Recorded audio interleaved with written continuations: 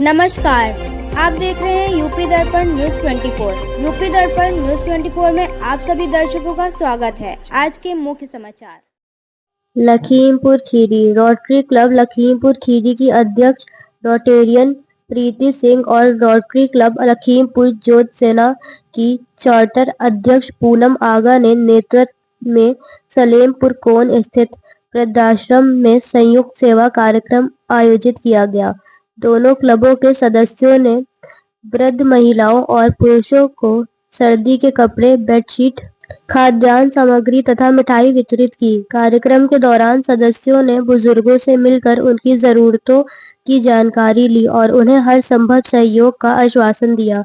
Rotary club Lakhimpur Kheri एवं ज्योत सेना परिवार के सम्मानित सदस्यों की उपस्थिति से वृद्धाश्रम का माहौल आत्मीयता और सेवा की भावना से भर गया।